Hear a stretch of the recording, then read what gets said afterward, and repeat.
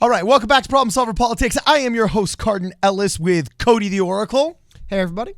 And we got a bunch of things to talk about today. First off, welcome to the new set. Second off, the MSNBC debacle continues with Andrew Yang. And we're questioning if Michael Bloomberg is actually really running because he's skipping everything that has to do with running. And there's a new poll with some revealing data coming out of New Hampshire. So, Cody, tell us what is going on. So I guess the big thing that kind of happened, it broke a little bit over last night, I guess, kind of yesterday evening. And as far as I know, we're still waiting for a bit more clarity. So recap of what happened is a couple articles dropped last night around the same time. One from Washington Examiner right here. It says, a person at MSNBC familiar with the matter told me that the network issued a private apology to Andrew Yang this weekend regarding their coverage. However, a spokesperson for the campaign said the network hasn't been in touch. That was weird. Politico also wrote an article on this. In the Politico article, I believe they mention here. So it says a network source said Saturday's call was initiated by the network and that MSNBC offered a broad apology to the campaign while reiterating he has a standing invitation to come on shows. Okay. It struck me as kind of odd because I was like, well, if that's the case, why is Andrew Yang, is MSNBC really going to call him, apologize, offer him an invitation, and then say, but we want to apologize on air? It doesn't make any sense, right? But then we noticed something happening, I don't know, about an hour or two after these articles start getting published, because I was reading this article going, well, that's weird. If MSNBC called Yang and apologized, and actually you'll notice in the paragraph under they've since edited it, Andrew Yang actually responded to every single one of these articles and said, thanks, Eugene. MSNBC has not apologized to my campaign, nor did they initiate the call. We have another one here. I can guarantee there's been no apology. Oh, geez. And then he said, FYI, MSNBC did not apologize to the campaign and did not initiate the call. Don't let them spin it otherwise. For a little bit of clarity. He literally just gave a euphemism for fake news. Yeah, don't let them spin it otherwise. And then for a little bit of clarity, Zach Grauman actually did just, the campaign manager for Andrew Yang, actually just tweet out, there was no apology and we called them. So just to get so as we know the facts right now, somebody who is being described as a person at MSNBC familiar is lying, I guess?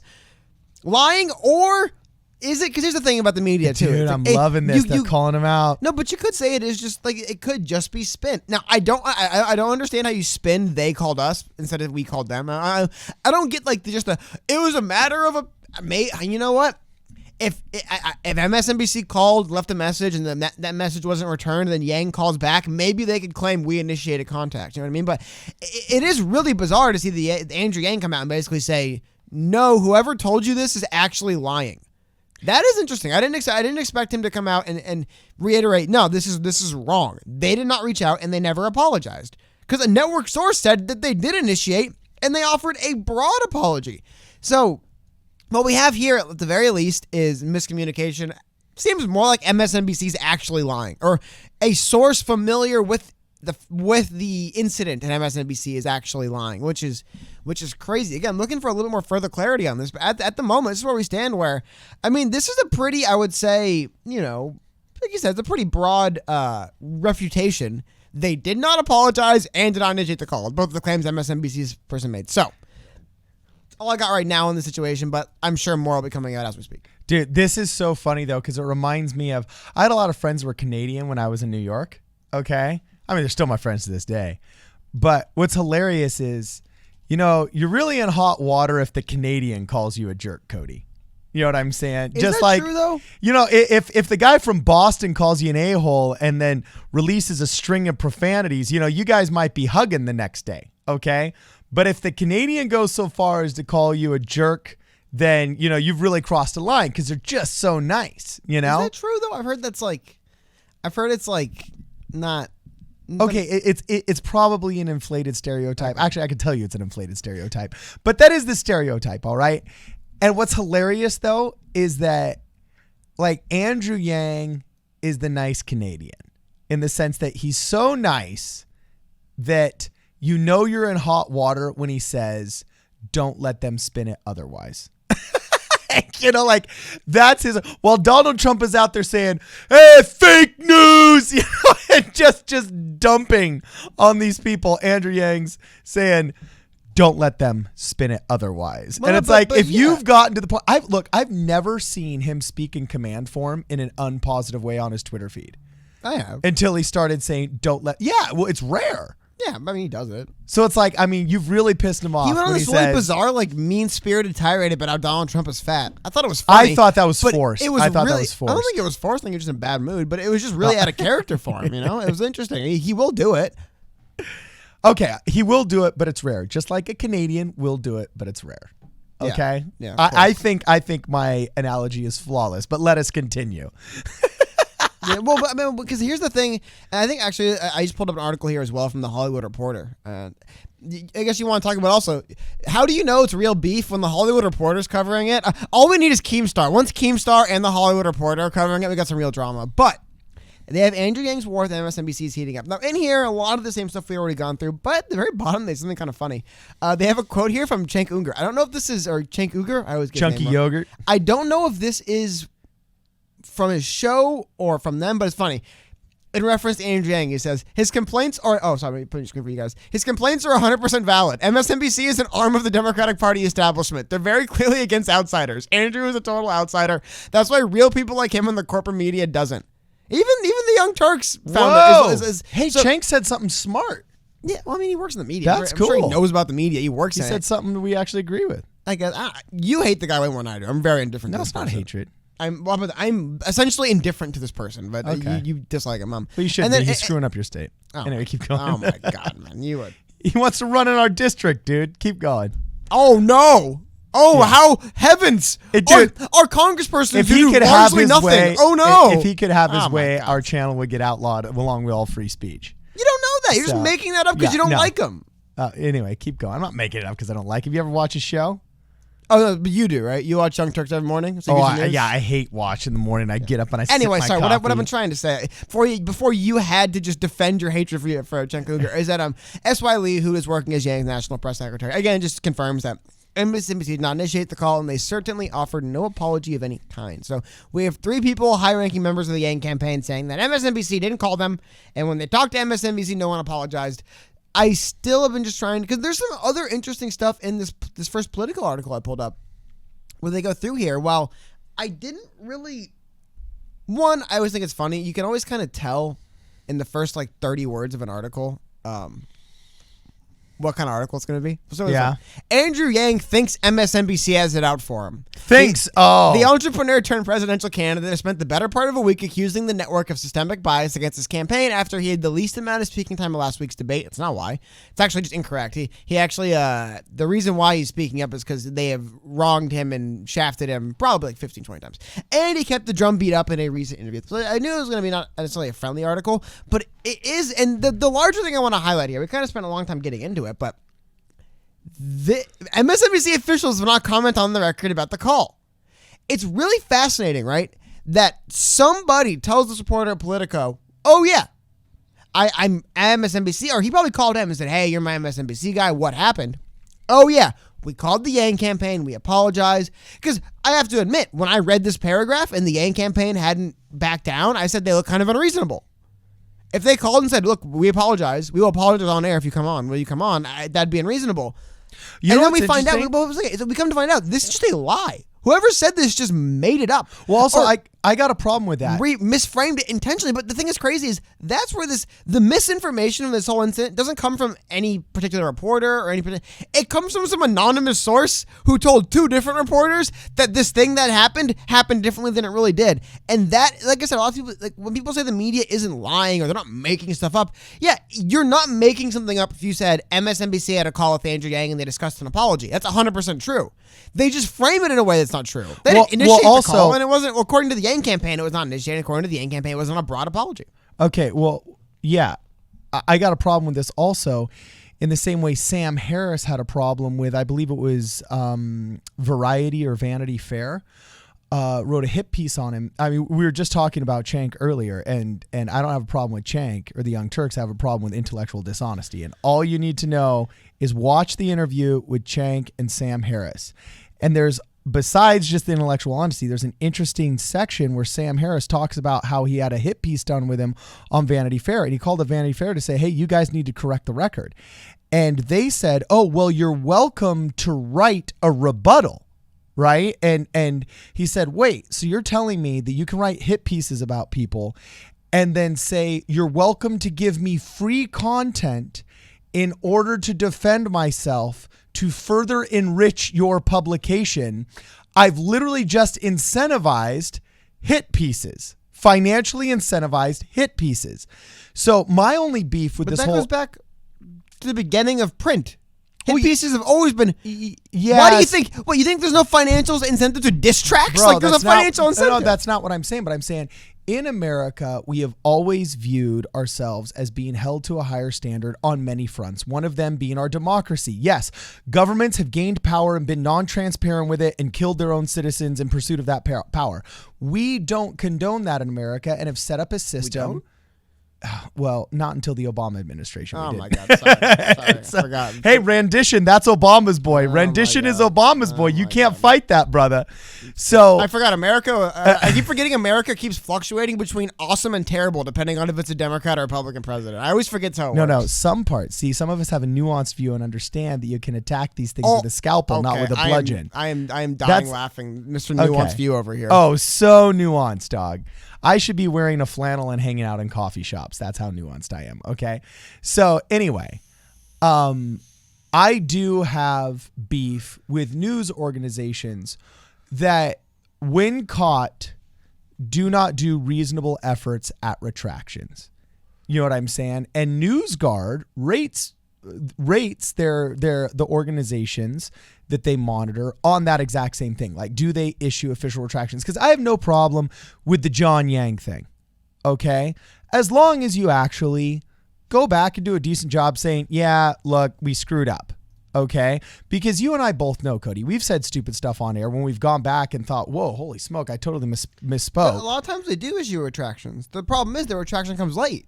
I would almost argue retractions aren't that big a deal. I'd rather you issued less retractions and did more checking before you publish. Oh, true. That's a good way of putting it. Because here's the thing. They, for example, I read this Politico article yesterday. I thought I knew what was in it. Turns out I didn't know what was in it because they had to go back and add a bunch of stuff in here after the fact to clarify what actually happened. I didn't think I had to go back and reread the next patch to the Politico article. I kind of thought I read the article. But no, I hadn't. Yeah. I had missed. Now, thankfully, I read Twitter and I was watching this stuff happen in real time. But if I had just yesterday, but haven't, been waiting for coffee, had this come across my Twitter feed, read the article and not thought about it again, I wouldn't have known about the stuff for maybe until it became another issue. Okay. Like I said, this entire paragraph where they reached out to MSNBC again, apparently just took them at face value on this and reached back out and said, Yang said you guys didn't call or apologize if this is true. And I love it. And they just go, no comment. Well, you had a comment before. Your source told me you did call him. Yeah. Oh, now we got. But here's the thing. What's crazy about this stuff, and I think, and I don't want to get the whole thing about like fake news, but like I said, the problem with corrections, I hate corrections because here's the thing.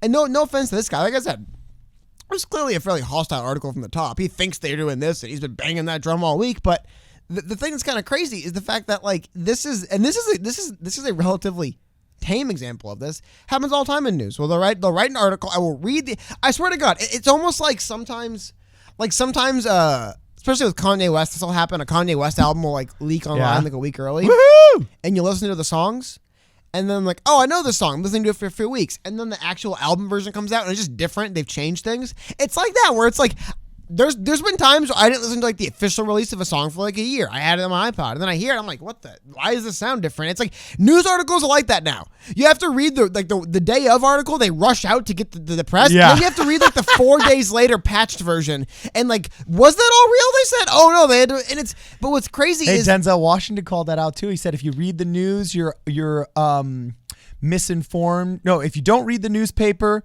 you're uninformed. If you read the newspaper, you're misinformed. And he called out the media right to their faces and said, you have started a race to be first, not best. well, they didn't, we did. Well, as a media organization or as a people? Those are people. Gotta admit, you know what the first article... We have incentivized clickbait by clicking on it. You know what the first article that came across my Twitter feed that mentioned Andrew Yang speaking on record about the MSNBC thing was? It was the political one. I never bothered to read the Washington Examiner one until it became a bigger thing and I read through it. But when it was just I'm trying to get my news, I read one source and then what I do is... Sorry if my approach is more nuanced. Well, no, but if what I'm reading doesn't make any sense, I just read more. You know what I mean? Because most of the time, to be honest, like I said, I read the first paragraph of this article and said, it's going to be kind of biased. Like, this guy clearly isn't, like, on board with what Yang's talking about. And I just kept that in mind. It's a biased article, not really in favor of what Yang's talking about. No, you know what? Because there's the thing. If I'm being fair, I'm not going to give the guy any crap for not being 100% on Yang's side on this. Whatever. You're allowed to take whatever side you want. But I just kind of go on knowing that. I don't know. I just say, we have incentivized clickbait because I'm not going to read 7 articles on the same story. I'm not for every story. For big stories that are confusing and the stuff I'm reading doesn't add up, I will. But for example, we're going to be getting to Bloomberg here in a few minutes. When we get to Bloomberg, I didn't read 7 Bloomberg articles on this stuff because I read the first one I found because what I read in there seemed okay.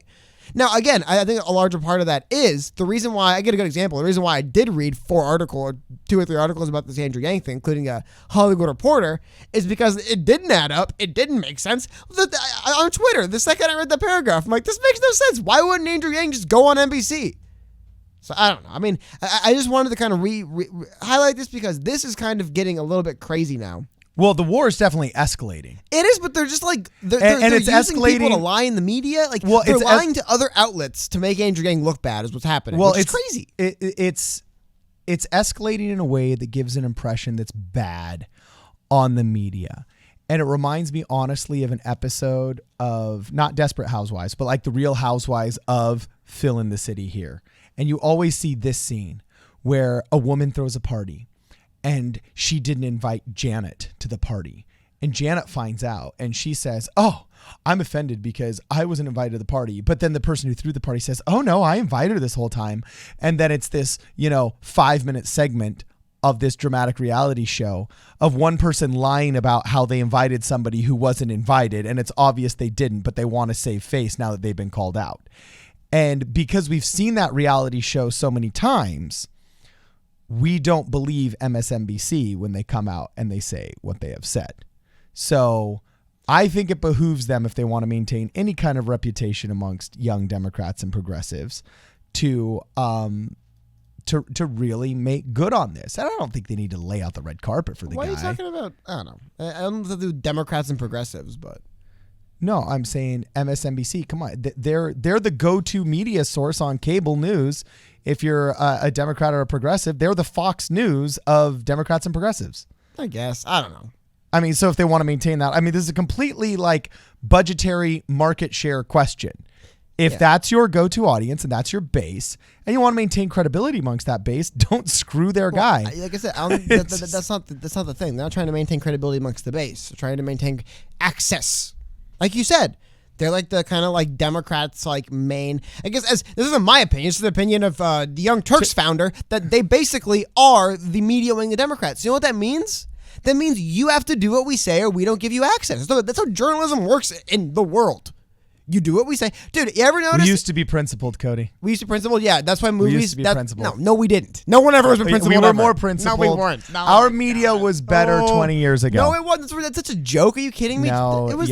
You don't remember 20 years ago. No, but dude, who do you think taught the people in media today? They just woke up one day and said, I'm a journalist? They were instructed and mentored by the people who were in media 20 years ago, who were hacks, who were doing this stuff back then. There was no Twitter. There was no way to explain what was going on to people. You just read your newspaper and said, wow, that's crazy. And there was better ethics in journalism. If you're trying to convince me that baby boomers ruined America, sold. No one ruined anything. Sold. This is how it's been forever, man. It's how access journalism's always worked. It's always worked forever. It's why movies always get good reviews. It's weird.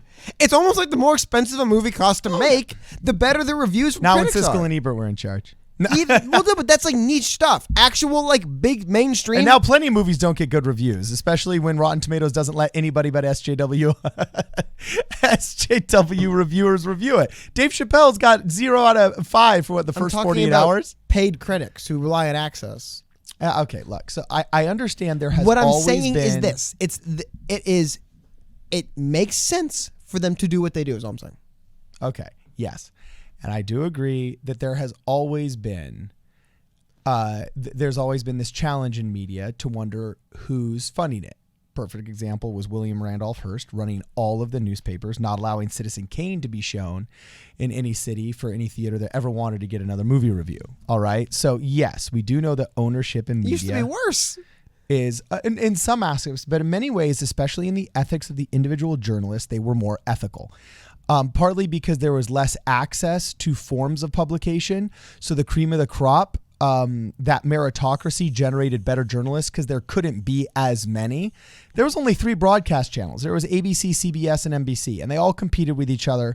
So that's why Walter Cronkite was able to grow and become the great anchor that he was.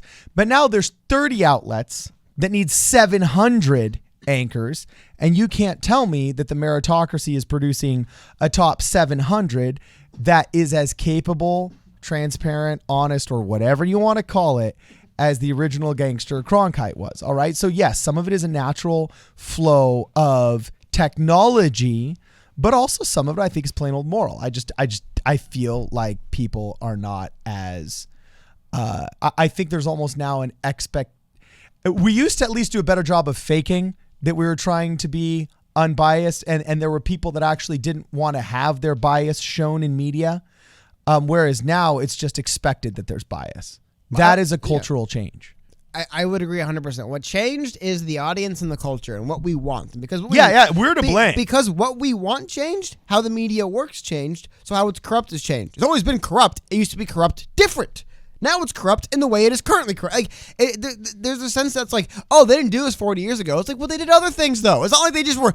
The sense that, like, in reverse, pure. In the future, bad. Makes no sense, dude. Everything. I wasn't saying in reverse pure. I just gave you an example of Citizen Kane and William Randolph Hearst. What I'm saying is, largely, when you're talking on like a larger scale of like what's actually happened over an extended period of time, we're in the middle of 100 years ago. Like, it's still in the middle of all of it. People are lying to us at the top. Like, basically, a great example is the White House, because it's just so simple chain of information. Someone in the White House makes a decision, right? Be it the president, the vice president, secretary of state, whoever, right? Somehow that information has to get to a person who is designated to release it to the media. They then release it to the media then decides how they give it to us, right? That chain of information has always been from the top down, and we're always at the bottom. So it always gets screwed with on the way through there. It's the reason why social media has changed it, because now with social media news, it's the bottom up. It's, I saw someone just get stabbed and I recorded it.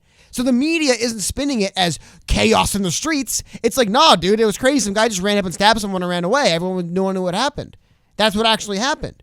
However, when the media, well, what happens is the only person with the information to release is the police commissioner, who gives it down to their public information person, who gives it to the media, and it comes to you as chaos and madness in the streets. Oh my God, the city's burning down. But social media is allowed, and we've kind of gone off topic, but the larger point of this video is that social media allows, and look, this basically fake news went out about Andrew Yang, and he replied within minutes to basically every single article and tweet about this, reaffirming that is not what happened.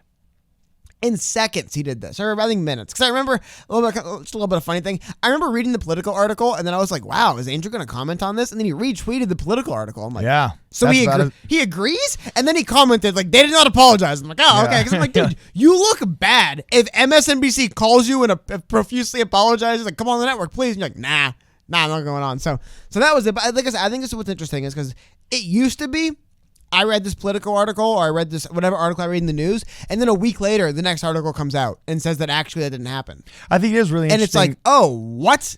It's just now it happens in real time. So we are seeing it happen in real time, so it feels worse. And I think your example is really interesting, where you said, I need to read the article now, and it's almost like I need to screenshot it now because I know when I go back to access the article later, it's just completely changed. It's like the Kanye West comparison of the leaked music was actually it's really multiple hilarious. Times. I'm like, that's the same song. What? So anyway, we actually got another topic we want to cover here today, which is pretty interesting. Oh yeah, we're getting into this, but I thought it'd be interesting just to bring up one last thing to end on this. Okay. Again, I think that just it highlights why it's so important for candidates and everyone to be on. Just social media is very important for the news process because, like I said, I was very confused in thinking Andrew Yang looked bad having just read that Political article. And Twitter, for example, but these platforms give the candidates a way to, in minutes, reach out and say, hold on, no. Yeah. That is not what happened. You can't get away with as much as long as you used to. Exactly. So, anyway. We're wondering here at Problem Solver Politics if Michael Bloomberg is actually running or if his candidacy is just vanity project of some sort, because he has indeed announced that he's just skipping the New Hampshire primaries. And he's also announced he's skipping, I believe it was debates. He's skipping Iowa. Yeah, and he's skipping Iowa.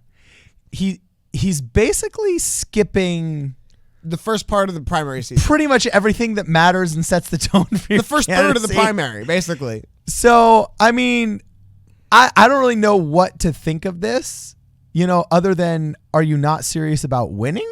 Or is it just like, did you want to show off your grandkids? Like, what's going on here? Well, I mean, I think the lead here on this week's Political article sums it up probably pretty well. The billionaire could spend tens of millions of dollars on his campaign without ever directly confronting his rivals on stage. Yes, he can, and he will. Michael Bloomberg also announced the largest and most ambitious ad buy, I believe, in the history of politics. Primary politics, at least. Maybe for general elections, has been I meant to say primary. But for a primary, I believe so in America, the largest, most ambitious. So yeah, it is weird. We'll go to this article a little bit, but Michael Bloomberg doesn't plan to collect donations for his presidential campaign. This means he won't appear in the next Democratic debate and risks missing the half dozen debates planned for next year. He's just going to skip debates in general because he's basically, though, and the reasoning behind it, but by the way, I kind of get in the DNC a little bit for this. Okay. I don't know. Why can't Michael Bloomberg say, I don't need to raise $100 million, I can just spend it? So people don't donate your money to me, donate to like causes and stuff. I don't know, maybe we could spin it. But like the DNC is basically saying you can't do that. You have to do what Tom Steyer did. You have to spend $50 million to raise $300,000. Otherwise, you can't be on the debate stage. Which is kind of weird to me, right? I'm not here defending billionaires. Actually, but what this comes down to interesting. is, remember, as a requirement to make it to debate, you have to have a certain amount of unique donors. If you accept no donations from anyone, individuals and corporations, you have no unique donors. Interesting. Okay. Again, I don't think Michael Bloomberg is making a stand for billionaires because again, this only affects people that can effectively. But I never really thought about it that way. Is what if a guy said, "I'm so wealthy, why don't you guys all just donate your money to charity and I got this?" There is something interesting about that I would have to. I don't know exactly how I feel about that, so I'm not going to say yay or nay on air quite yet. It's weird, right? But it does almost seem like, well, that's reasonable.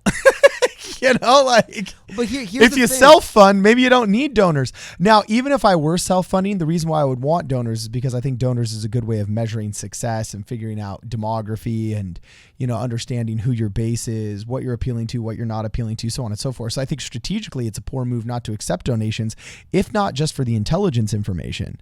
But I don't know, if you're so wealthy you can self-fund, encouraging your base just to donate to charity, I don't see anything wrong with that. What's the DNC thinking? They're going to get something here. They're corrupt and they just want money.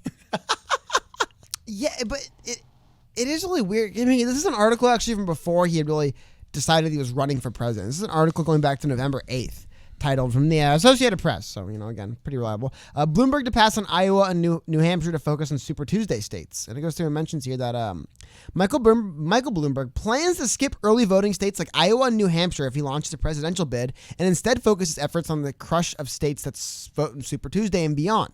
It's a strategy that acknowledges the limitations of entering the race at this late stage and the opportunities afforded by the billionaire's vast bid. Is the opportunity afforded by his past bid. That is 100% true. But Super Tuesdays, how many states now? Like 17? It's a lot. But listen to this. Bloomberg advisor Howard Wolfson says other candidates already have a big head start in the first 4 states to vote: Iowa, New Hampshire, Nevada, and South Carolina. And Bloomberg needs to be realistic about where he can make ground.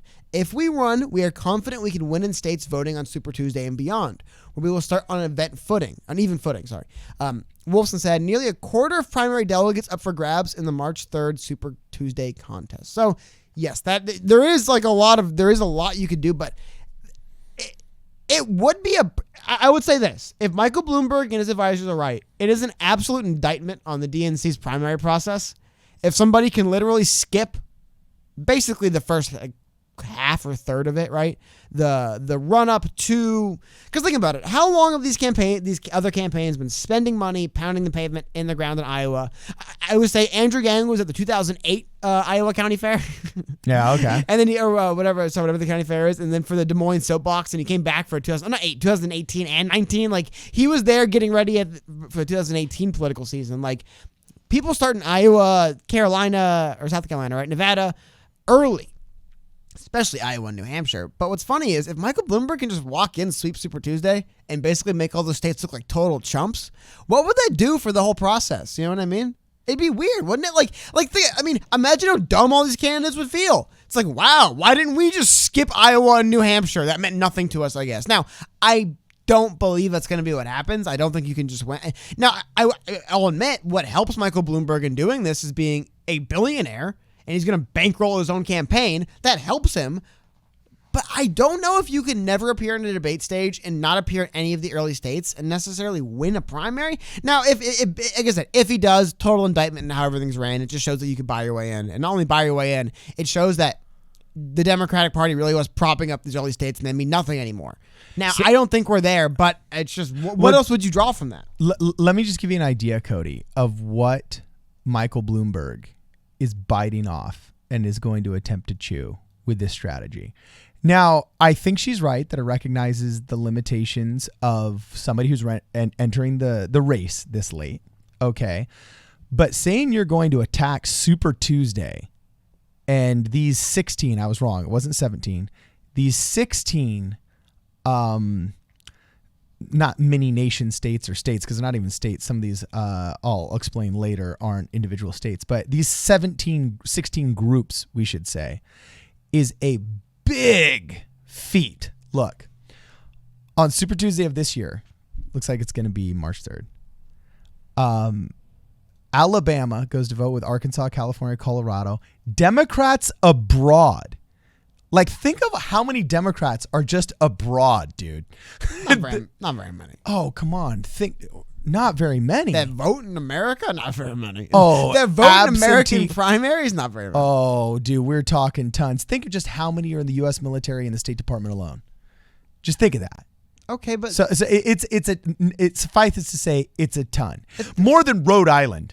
All right. I would agree, roughly the size of a small state. Yeah, it's the size of a small state. But like, who cares? So you got Alabama, Alabama, Arkansas, California, Colorado, Democrats abroad, American Samoa, interesting, Maine, Massachusetts, Minnesota, North Carolina, Oklahoma, Tennessee, Texas, Utah, Vermont, Virginia, and then Puerto Rico the next week. I mean, really, the big ones there are California, Massachusetts, Minnesota a little bit, right? I mean, Texas. this is a tall glass to order.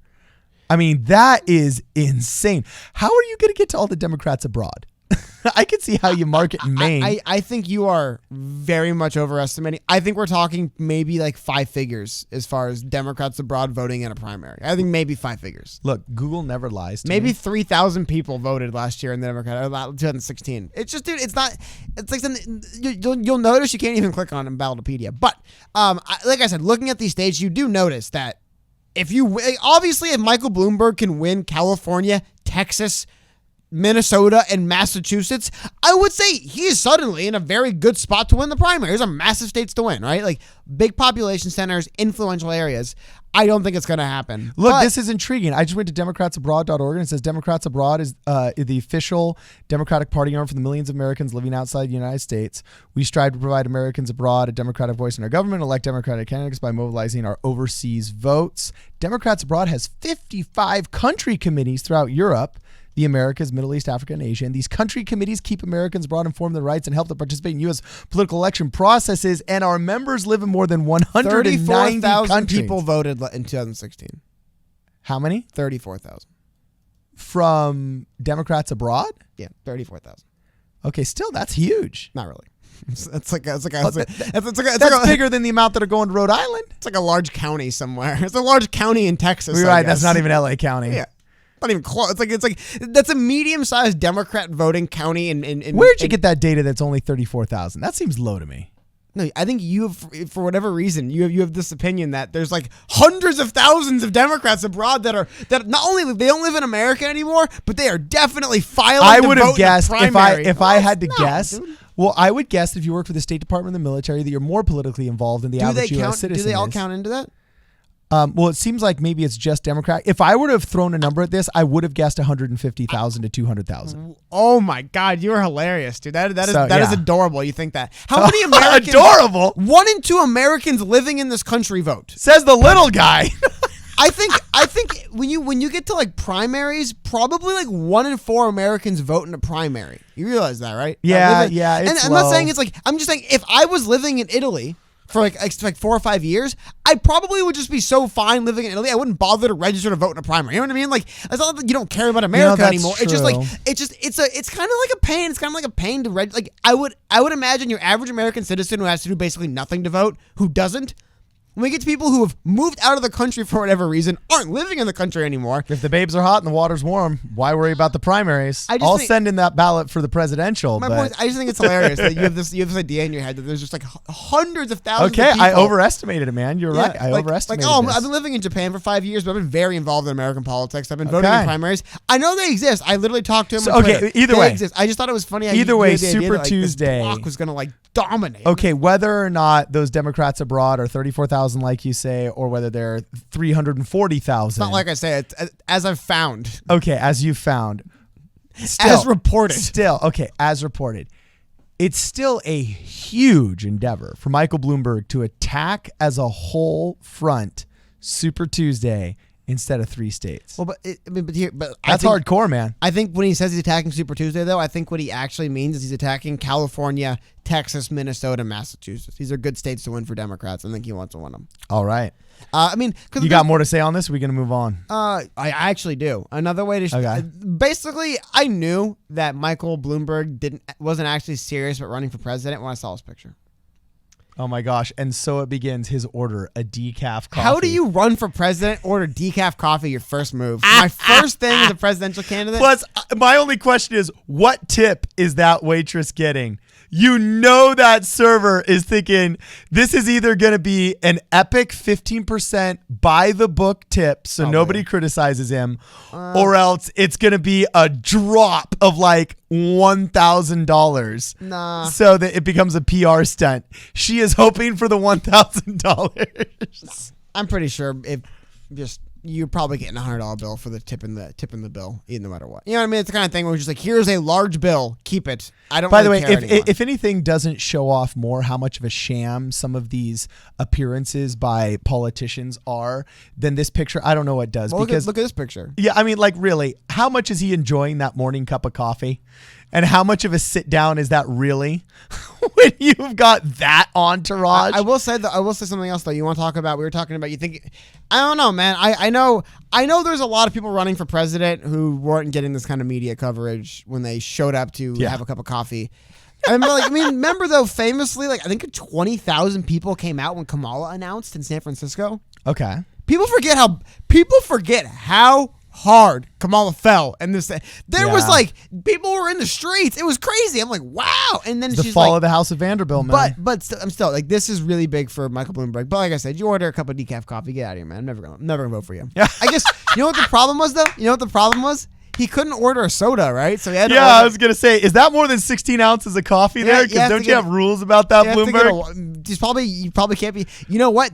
That's probably why he ordered decaf, man. Because he looked like a hypocrite. Because I think caffeine and soda is one of the things he didn't like either. So he probably legitimately doesn't Jeez. drink black coffee, and he probably legitimately doesn't drink decaf coffee that much. But he sat down in the diner for a photo op, and they say, "What did you drink order?" And he goes, decaf coffee.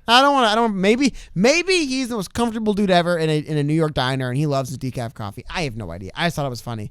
Thought it was humorous. But yes, Carden, we have one more thing we wanted to get into. Dun, dun, dun, dun, dun, dun, dun, dun, dun, dun, dun, dun, dun. It's the polls. Sort of, yeah. But there's a couple things I want to look at here.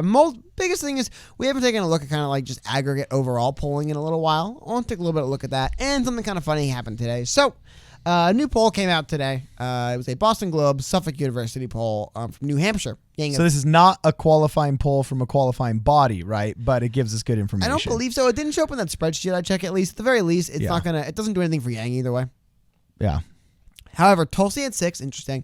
You'll notice basically it goes Bernie, Warren, Buttigieg, Biden. They're all clumped into the top. But this isn't what's interesting to me. What's interesting to me is that Andrew Yang actually took notice of this as well.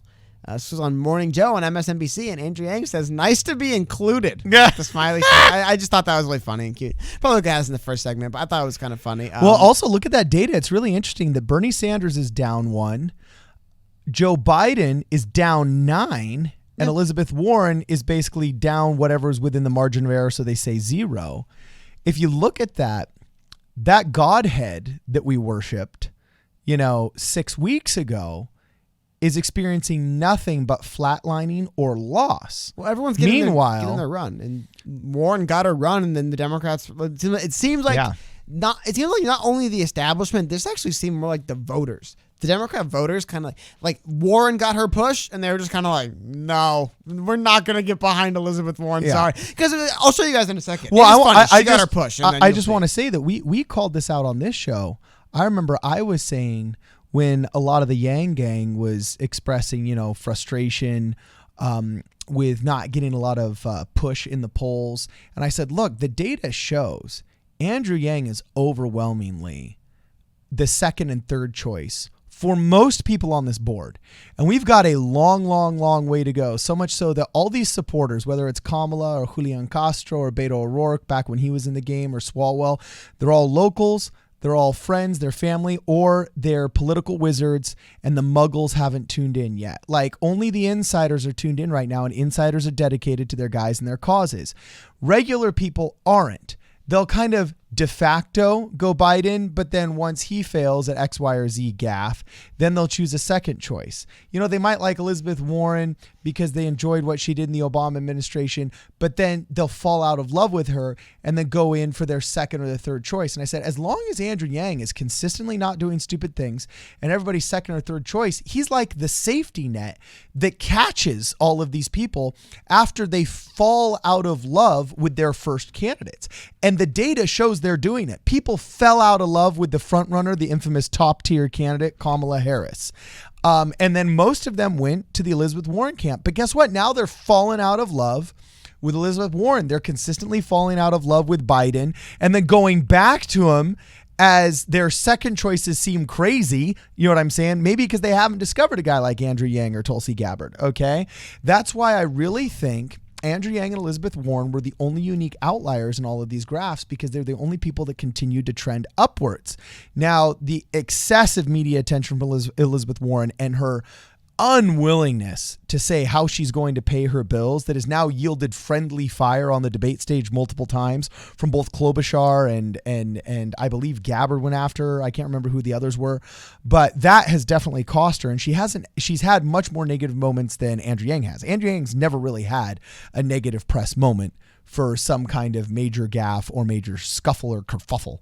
So I think it only makes sense that he will continue to trend upward. And ultimately, there will be a point where the rubber starts hitting the road and people actually have to make decisions. And that's when Biden and Yang's numbers will start skyrocketing. That's when Biden and Yang's numbers will start skyrocketing. I don't know, man. Because look, every time Biden gaffes, he loses a bunch of support, and then people look elsewhere, and then they realize, no, he's still less psycho than the others. I don't even think it's that as much as I think it's, like I said, there is no real actual front runner. I mean, Andrew Yang said that at his rally. So when you have 4 front runners, there's no front runners. I mean, they say in football all the time, if you have 2 quarterbacks, you have no quarterback. The idea being, if no one's clearly the best, you have problems. And there's no one clearly the best here. Now, what does stand out as kind of funny is, what I see in this graph, it's like, okay, Biden takes a dive, because it almost feels like the party's kind of like, all right, you want to give this Elizabeth Warren a run? And they give Warren her run, and then, no, Warren's not the girl. They tried it with Harris. You want to give Harris a run? Let's give Harris a run. It's not going to, sorry, the lovely Real Clear Politics auto refresh. And then you'll notice, while Pete Buttigieg has been kind of steadily climbing, he hasn't really had his full push yet. He's obviously next. The next guy to get a push is going to be Pete Buttigieg. I don't think it's going to stand. I had an article, I closed it. he has such little. He's such. Not only is he have little support, he's such negative support in the African American community and some other communities where it's just that. It's one thing if, obviously every community is not going to love every candidate, but it's one thing when, like, there's multiple communities that, like, outright dislike and distrust you. It's just hard to win the primary. Like, you have to, at the very least, the people that are indifferent and don't love you, like, I don't really like the guy, not, oh, I hate him, I will never support him in my life. Like, that's hard to get over. So it's not going to be him. Sanders, they will never even give Sanders his run, so I think he's just kind of going off of as good as he can do. Crazy. Bernie's running a pretty good campaign for what all things considered, but I don't think, he's currently, for the first time in about a month, surpassed Elizabeth Warren in aggregate polls. Doesn't mean much because, Joe Biden's at the top. And a little bit of a note here, Michael Bloomberg is pulling ahead of Tom Steyer, Amy Klobuchar, Cory Booker, Julian Castro, and Michael Bennett. Wow. He's actually, Michael Bloomberg's polling at a dead heat with Tulsi Gabbard. Jeez. Isn't that crazy, man? Tulsi, you need more takedowns on that debate stage. Come on, Tulsi. Well, it's just, we were talking earlier about Bloomberg, man, and maybe Michael Bloomberg really can just not go to debates or go to Iowa. And because I think like some of these, I think he's like doing like, I think in Iowa where he's actually not going to campaign. He's at 1.5%. He's ahead of Dude, if you had that much money. He's not even going to campaign there. It's hilarious to me. How about Nevada? Another state he's not going to campaign in. Bloomberg. Okay, Nevada. They haven't done one from Nevada yet. Iowa, I tried. New Hampshire is the other state I want to try. We'll see, but New Hampshire. And cool. So New Hampshire, they haven't done a poll with him in it either yet. So it's just funny to me. But, the one I wanted to kind of go over at the polls here at the end is just when you look at the actual national polling, it does paint the picture of, once again, a race that is just wide open. Like, you could just see time and time again when candidates randomly rose and fell because it's wide open. Nobody's there to actually take this. So and it's true. That uniquely, like you said, lends to a candidate like Andrew Yang. Now, it would also uniquely lend to a candidate like Pete Buttigieg, but we'll go through. It's like the opening of Cars, man, when they all start getting in that big accident, and everybody's like, oh, he's done for. Oh, but wait, Rusty makes it through. When you guys all become fathers, you're going to watch plenty of Cars, and you'll know exactly the scene I'm talking about. I've never seen Cars, but what I'm more trying to speak to here is I'm trying to look at who's ahead of Andrew Yang, who would get that. Because I don't think Biden's going to win. Sanders, he's like Bernie Sanders has basically been fighting an uphill battle the whole way anyway. Elizabeth Warren, I don't think she could do it. Pete Buttigieg, I think, is way too much negative support. Kamala Harris, again, no one really likes her. And then you get to Yang, where I think Yang has room to overtake these people. Because, I think Buttigieg I think the Buttigieg push is just died because not a lot of people trust him or like him.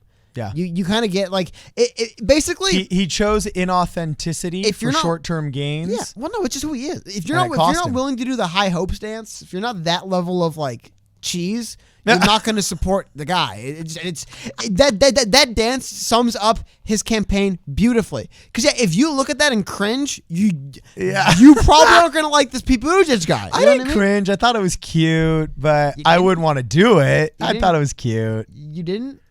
No. I cringe at like American Idol auditions. I can't watch American Idol. I just feel too awkward. My favorite. I forgot to post. Someone posted a tweet and said, someone just said, "Oh my God, Donald Trump's gonna be president for 100 years."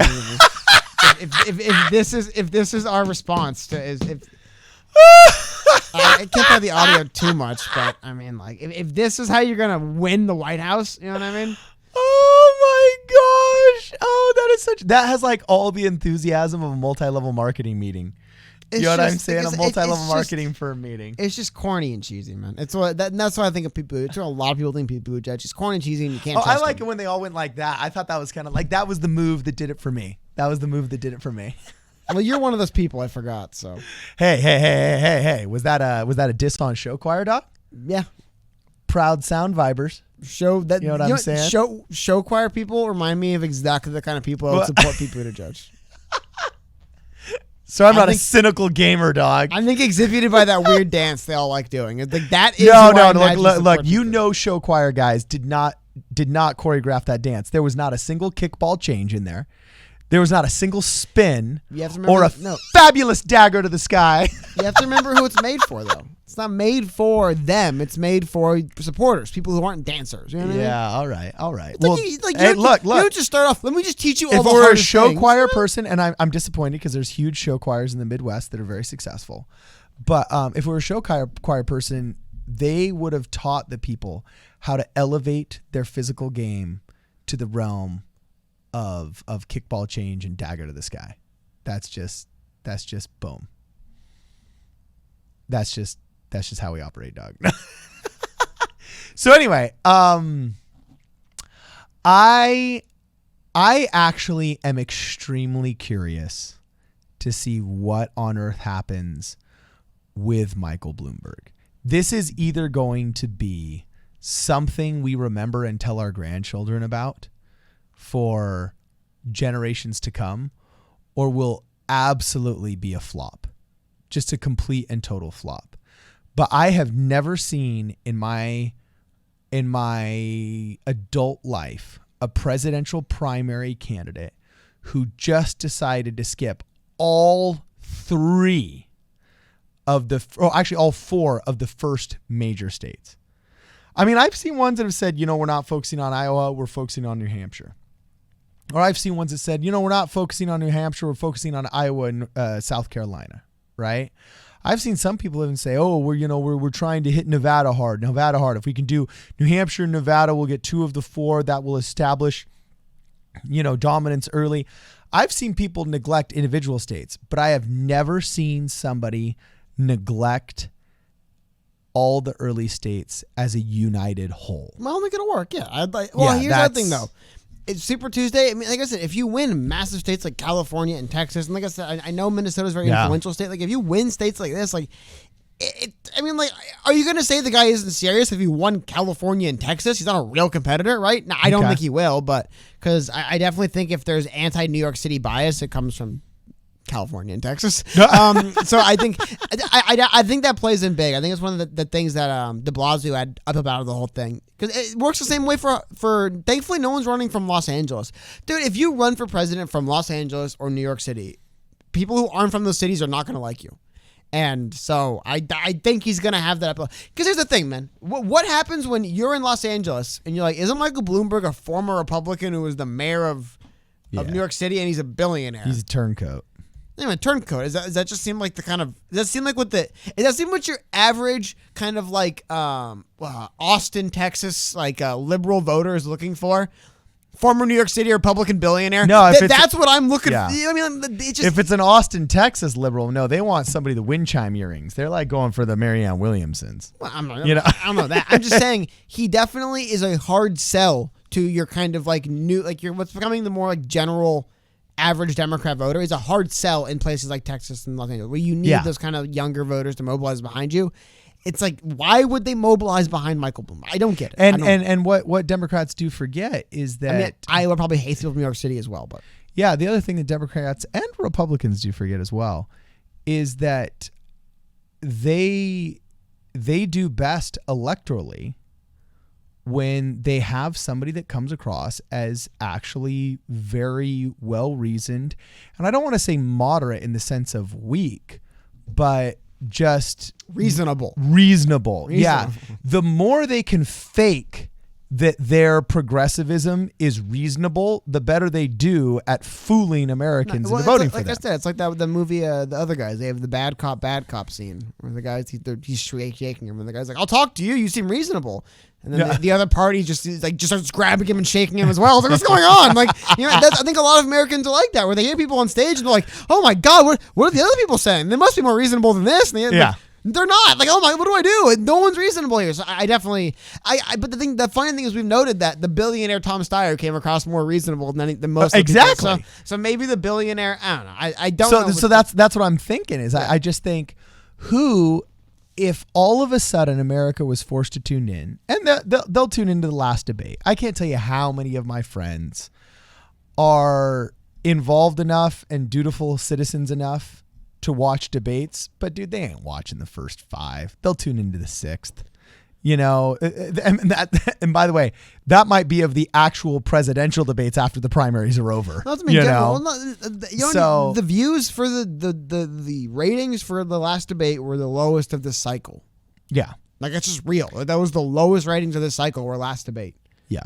So that's not good for, especially it's bad because that was the first like serious debate where there wasn't like 14 people on stage or something stupid. Yeah. And it wasn't a 2-night extravaganza. Like it was just or that like, climate town hall that was insufferable. But they've done many time halls of the debates. This was the first one that felt kind of serious. Like, okay, there's like, oh my God, what was there, 7-8 candidates on stage? And there was time enough for everybody to at least get a thought out. You didn't have the massive horseshoe stage that goes like this. And they didn't have to, like, it seemed like this should have been the first one people kind of watched and went like, but maybe people only want to watch the clown show. And when it isn't a clown show, like, why watch? It's a bunch of idiots talking about nothing. And it's like, how can you argue otherwise, you know? So anyway, please let us know what you guys think. We want to hear more from you guys. Make sure that you follow us on PSP Radio 1 on Twitter. Okay, we do a lot of our announcements off of Twitter. If you're an Instagram person or a Facebook person, just check us out on Problem Solver Politics. We try and do our best to post daily there. And we're working on getting our IGTV set up. We were having a little bit of problems there over the past week, but we're looking to hopefully post our video content on IGTV as well. Make sure that if you guys want to contribute to the channel, that you guys hook us up with a PayPal link that's going to be in the description of these videos. Also, you can pick up your hat at problemsolverpolitics.com. And no matter what, make sure that you guys give us a call and leave us a voicemail for our call-in shows and our voicemail responses at 1-833-PSP Radio.